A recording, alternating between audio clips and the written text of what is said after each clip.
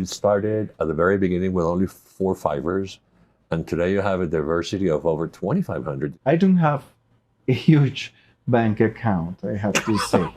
What I have done for my workshop is that I have this big bank of materials.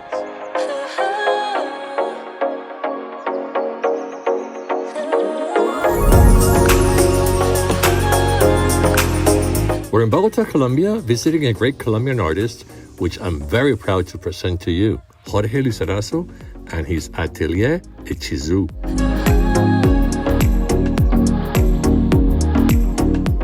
Thanks for having us. It's a pleasure to have you here. You have selected the textile world as your way of communicating or expression of art.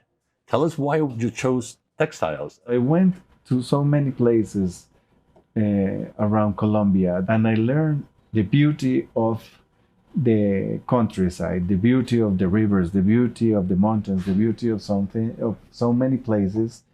As an architect with the textiles that we produce, I will say to you that it was the most incredible accident that happened in my life.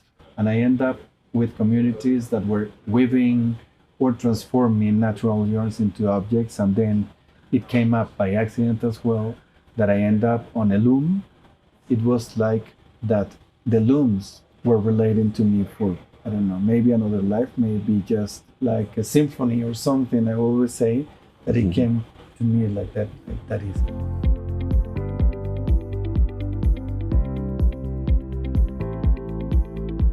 Threads, when woven, become structures, and they're destined to protect us in many ways. So how's architectural education influenced in your artistic work? I enjoy very much architecture, and I enjoy very much the way that architecture teaches you to start from a root, from the beginning, from a basis, and then that starts doing like a 3D object. And that's the problem with that I being confronted every day.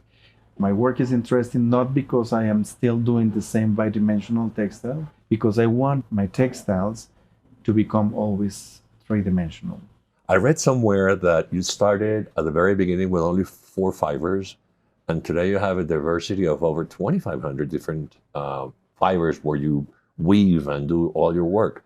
I find it amazing. A lot of them are like from the Andean mountains, and a lot are from the Amazons, but you also told me you were global and you're go also to Asia. How do you manage all this diversity of 2,500 different yarns to compose your work? I don't have a huge bank account, I have to say. What I have done, incredible thing for my workshop, is that I have this big bank of materials. So when you say to me that I have all of these yarns, and it's true that I have all of them, I have them, most of them, like sleeping somewhere in my workshop.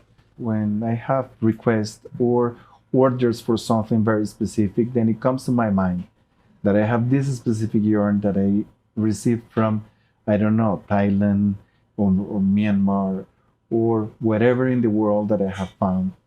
And then I can make a beautiful and unique textile or project because I have this yarn.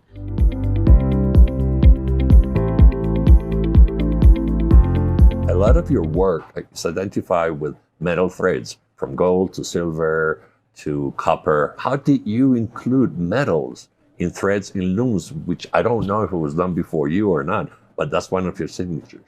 But the most important thing is that you dare to do things. If I wanted to be different with my weavings, maybe I should include something that hasn't been included yet on the weavings. And I start weaving with metals. I start weaving first with, of course, with copper, stainless steel. But then we found the tin wire that we were weaving with.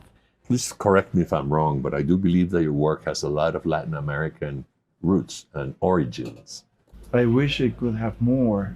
What you say is completely truth. As I told you, I start with the communities on the fields of Colombia or the jungles of Colombia.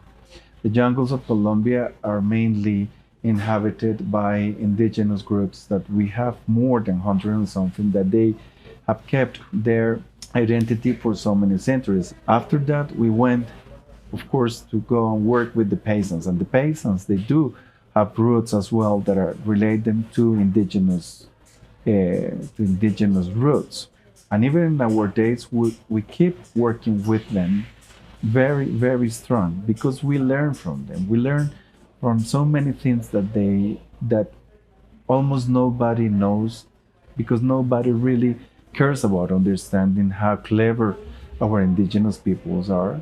I wanted my story to tell something that it was related to where I was born and where I was raised and where I am actually right now.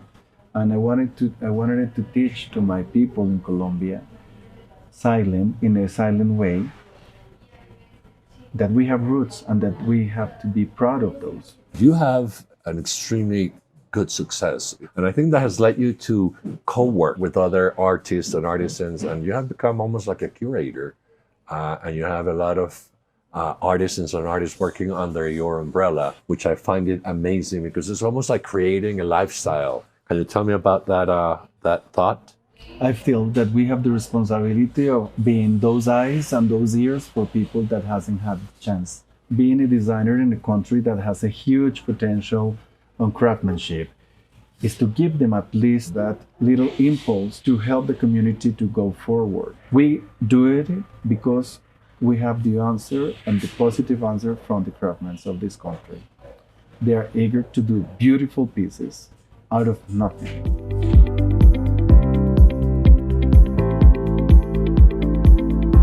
What's coming? What's in the future of Jorge and Hechizoo? I don't have an idea of what's going to be Hechizoo tomorrow. I have certain projects that are incredible. We are working for China, we're working for the United States, we're working for the Middle East, we're working for so many places, weaving pieces that we haven't even imagined in the past.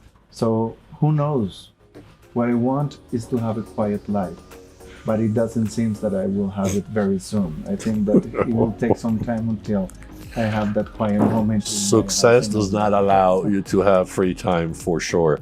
Jorge, thanks for having us. I'm really amazed, and I'll be coming in a few years or whatever to see where you are, where you're at. Don't take that long to come back. All right, thank you so much. So that is all for today. If you have liked it, give us a like, and please subscribe to our channel so we can keep you posted of future episodes of us traveling the world, finding these amazing artists and artisans with their magic elements for interiors. Hope to see you soon.